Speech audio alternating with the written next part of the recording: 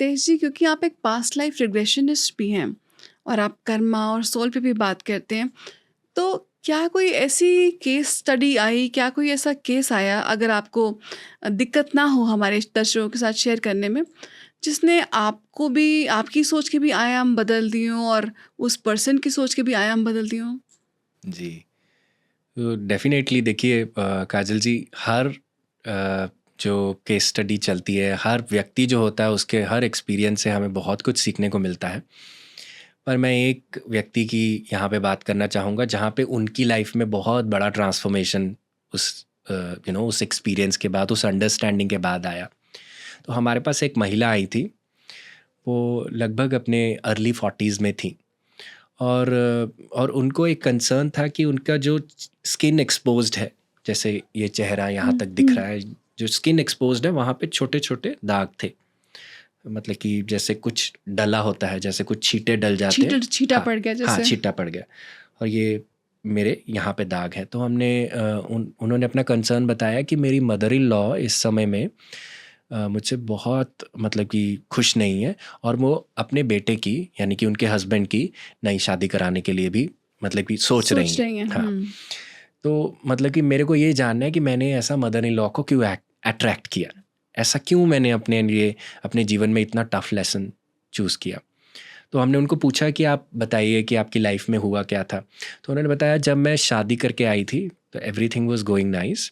शादी के 1-1.5 साल के बाद क्या हुआ, मैंने और मेरे हस्बैंड ने बेबी प्लान किया और जब बेबी प्लान किया मैं प्रेग्नेंट हो गई और मेरी मदर इन लॉ ने मुझे कहा कि मैं तुम्हें बेबी बॉय के लिए एक स्पेशल दवाई दूंगी। जैसे कई सिस्टम्स में लोग या करते हैं कि आपको लड़का हो तो उसके लिए एक दवाई देते हैं। तो मैंने उसको रिजेक्ट किया कि मैं नहीं खाऊंगी, मुझे ऐसी दवाई नहीं चाहिए, जो है मेरे लिए वो एक्सेप्टेबल होगा। पर उन्होंने थोड़ा सा उसको ज़्यादा थोड़ा इंसिस्ट किया। हाँ। पेस्ट किया, तो उन्होंने फिर मेडिसिन ले ली। वो मेडिसिन किसी चीज़, किसी धातु से बनी हुई थी, जैसे गोल्ड वगैरह से, और उनकी वो बॉडी में जाकर रिएक्शन कर गया और वो रिएक्शन किया तो उनकी जो स्किन एक्सपोज थी, जो वो छींटे दिखा रही थी, वो छींटे वहाँ वैसे आए, उस कंडीशन से आए उस दवाई को खाने के बाद। उसके बाद उनकी जो हेट्रेड थी मदर इन लॉ के लिए बहुत बढ़ गई, क्योंकि जो लाइफ का मिजरी है इनके कारण आया मुझे, मैं तो बिल्कुल ठीक थी, अब ये क्या आ गया। और दूसरा, मदर इन लॉ को भी लगा ये तो शी इज़ नॉट ब्यूटिफुल, मेरे बेटे को तो कुछ और चाहिए। तो उनका प्रॉब्लम यही 10-12 साल उनकी मदर इन लॉ के साथ चलता रहा। तो उन्होंने एक पास्ट लाइफ में अपने आप को देखा कि वो एक बहुत सुंदर एक राज्य की एक बहुत सुंदर रानी है। तो वो सारा ऑपरेशन बहुत अच्छा करती हैं, बहुत उनकी गवर्नेंस बहुत अच्छी है, हर चीज़ को बहुत अच्छे से ऑर्गेनाइज करती हैं। और उनके स्टाफ में एक दासी भी होती है जो उनकी हेल्प करती होती है। तो रानी को हर बंदा बहुत अप्रिशिएट करता होता है, not only for her work, her deeds, but her beauty also, her outer beauty, because she was really pretty. तो उनकी रानी की ये जो दासी थी जो उनके साथ रहती थी, तो एक समय में जाके वो दासी बहुत ज़्यादा क्लोज हो गई रानी के। अब रानी के ज़्यादा क्लोज हो गई तो वो रानी के साथ ज़्यादा दिखने, उठने, बैठने लग गई। पहले दिखती नहीं थी, अब ज़्यादा दिखने लग गई। तो ज़्यादा दिखने लगी तो लोगों ने नोटिस किया वो अपनी रानी से भी ज़्यादा सुंदर है। तो दासी की अब ज़्यादा प्रेज होने लगी, because now instead of a दासी she was working as an assistant, a minister kind of a thing. तो वो जैसे जैसे इंटरेक्शन होने लगा उसका लोगों के साथ, लोग उसे ज़्यादा अप्रिशिएट करने लगे, उसकी डीड्स को ज़्यादा अप्रिशिएट करने लगे, और जैसी दासी को। हाँ, दासी को ज़्यादा अप्रिशिएट करने लगे। यहाँ मन ही मन क्वीन के दिल में इस चीज़ के प्रति जेलसी आने लगा कि मेरा है ये, दिस इज़ माइन, तो ये ऐसा क्यों। इतना जेलसी हो गया कि उसने एक षड्यंत्र रचा कि इसको मुझे ख़त्म करना है, मुझे मारना है। और मारना का भी उसने क्या सोचा कि मुझे इसकी ब्यूटी से बहुत नफरत है, तो मैं इसकी ब्यूटी को ख़त्म करूँगी। तो उन्होंने एसिड लेकर उसके मुंह पर छलका दिया। तो जो जो स्किन एक्सपोज थी वहीं वहीं जाके वो एसिड गिर गया और वो वाले बॉयल्स डल के और उस दासी की मृत्यु हो जाती है। तो उन्होंने आफ्टर लाइफ स्टेट्स में जब अंडरस्टैंडिंग आई कि ये क्वीन जो वो प्रेजेंट लाइफ में अब बहू हैं, वो दासी कौन थी, मदर इन लॉ।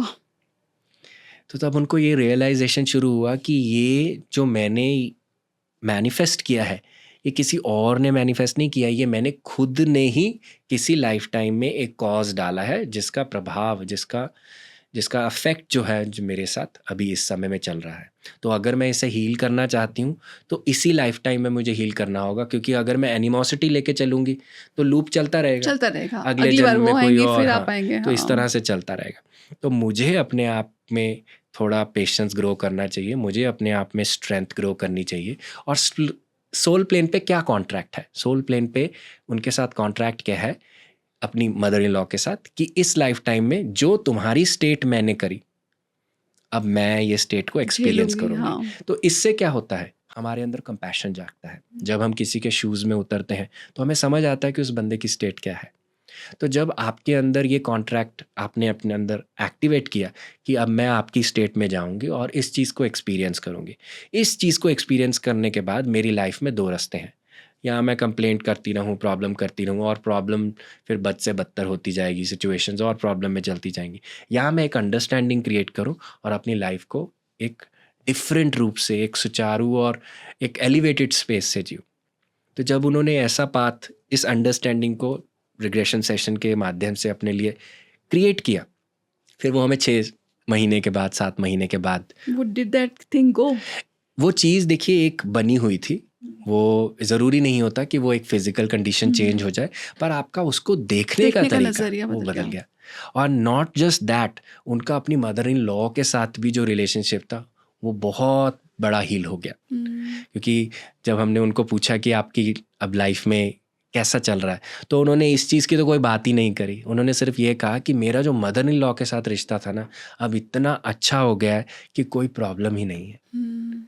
तो देखिए, जब हम एक डीपर अंडरस्टैंडिंग लेते हैं, एक बिगर पिक्चर को देखने का प्रयास करते हैं, तब हमें समझ आता है कि हमने ये सिचुएशन अपनी लाइफ में क्यों अट्रैक्ट करी और हमें ये क्या सिखाना चाहती है।